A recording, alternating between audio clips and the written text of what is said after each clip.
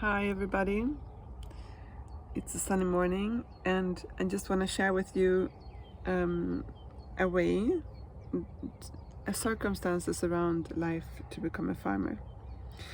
And I think there are as many ways as there is people on this planet, and I'll share a little bit of my story and commitment to this work. So ever since I started farming, small-scale farming, I felt it was a calling.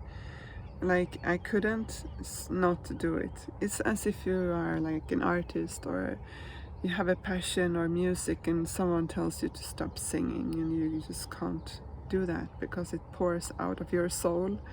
And this is what pours out of my soul, and I can't not do it. And it hasn't been easy. I mean, the optimal circumstances, I think, would be to have your own land and your own house that is reasonably fulfilling to your needs, and to have good storage, a good soil, good water conditions, and often this is not the case for many. And I heard many stories about people who start off in a way that is not optimal and they work their way to something nice. And like I was in Mallorca in January and I was in a farm. The farmer was 65 at this time, but he suddenly chose when he was 40 something to move from Germany to Spain. And he started in Valencia and then he went on to Mallorca. And he started by renting land for almost 20 years by the coast. And I'm sure he had kind of lots of struggle to learn a new language, to learn a new culture, to learn how to buy things and where to sell things. But today he has a pretty big farm in the middle of the island. So I guess he continued to work towards his dream and towards his, not just the dream, it's also the values that are yours and the commitment and what you feel is right in for everything that's you, like your abilities, what you're good at or what you want to become good at. And I think this is, if you really enjoy something, you want to do it and you become more good at what you're interested in, and this is also what you can bring to the world. If you like something, this is what you can pass on, it will give the most outcome. And the second, the farm I was in Västerås, they also started to rent the land for 30 years actually before they could buy the land. And this is the case for many people. They have to start to rent land nowadays. It's often not the same as in the old times where the children of an old farmer continue the heritage of the parents, like the children continue what the parents did. This is not the case. So most young farmers need to try to acquire to buy land. And if you're interested in nature and farming, it's not always that you have the resources to buy it from start, because this work has not been, especially maybe in the beginning when you're a beginner, it can be harder to make a nice income. But I mean, if you would have a plan and you could of course like have a nice job and a nice salary, and then you choose to become a farmer, like you change profession altogether and you leave a life with a nice salary and you just manage to buy a farm and you just try to go for it. But that is I don't know, most people that I have met has not been in that position.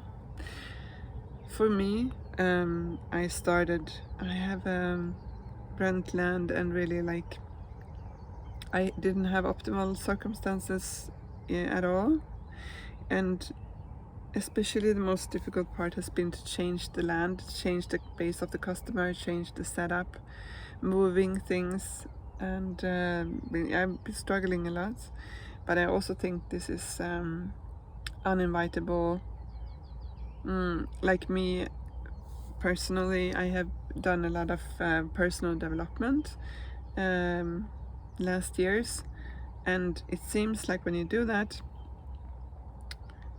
you're being pushed. You're not a match to the situation anymore where you live or to the people around you. So if you go through rapid growth within, you just and you don't, it's not just you can't always change the circumstances, but sometimes it becomes unbearable to stay in a place where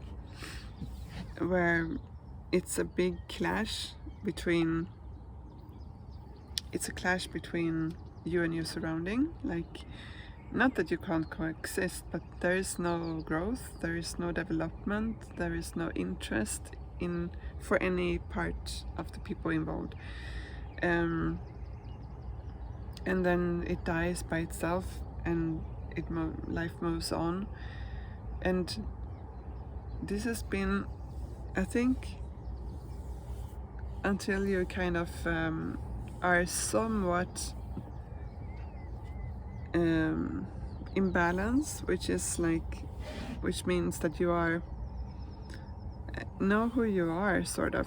And when you know yourself, you choose better, you make better choices, and that this will just lead you right. And I could talk forever about that, but I will not. This will be mainly, I just want to show you, and this is a little bit background. So I'm sitting on a sailing boat right now, and I will show you how beautiful it is. It's actually April and it's really warm. Maybe it's 20 degrees already in the morning. I don't know why. But so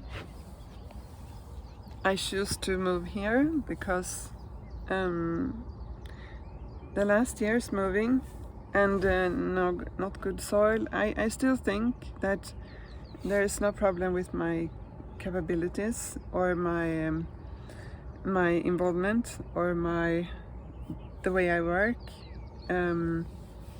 I still think that I can make it profitable, which means to me like have a normal salary and be able to live in the future, to buy my own farm and so. But because I had to move and stuff, I got so sick and tired last year from the overload of work, like really, and I had big expenses.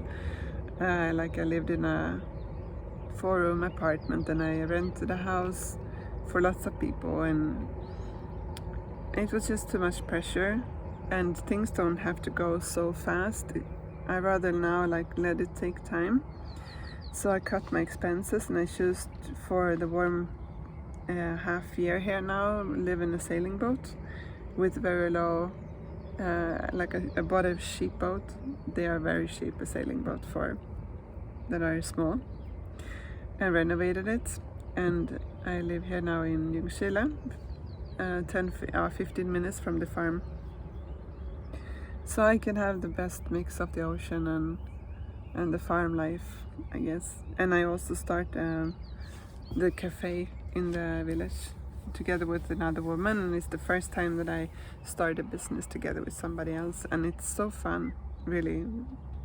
Now we just started, so I will also talk a little bit about that, I think. So because it's the next step. Like we share. I will sell the vegetables in the shop, and maybe I can change my selling approach. Like I went last year on this Rico markets in Sweden, where you go to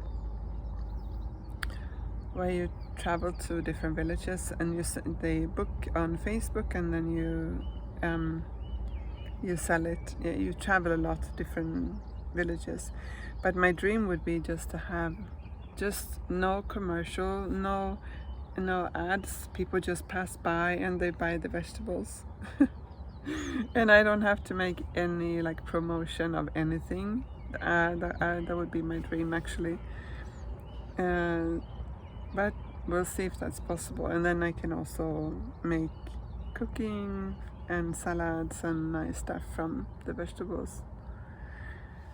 That would be really, really nice. So I think I'm still fine-tuning and trying things that's what I like. And and I just right now make a plan for this season.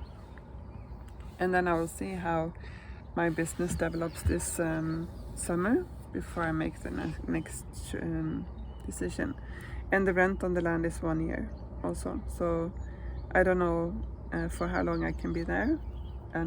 But what I found out is that it seems very easy to like find land to rent and start a business. It's just that it's really difficult to move. But so far it's just been better. Every move and every change has just led to meeting with more like-minded people, more open. A pattern for me, like I've been to places where people have been sort of angry and aggressive, and that is over and done. So like, yeah, I think that's life for everybody. Everybody have a different path, but just what I want to say with this is that you can, if you're committed, just either if you have just don't give up, find a way, find a way to make it possible. There is always a way to make it possible, and everybody in life is struggling with something, and if you push on towards your dream, one day you will have it. And but maybe sometimes when you push on to something, it doesn't mean that you get what you want. It's not sure that what you want is what you want, if you know what I mean. You think you know what you want, but sometimes when you have it, it's not what you want. So that's just because your dreams might come true in 20 years, it doesn't mean that you will be happy. You're gonna have to try to be happy right here, right now, every day in what you do, and be grateful for every step on the way. Yeah. Okay. Next time, see you somewhere else. Bye bye from the ocean.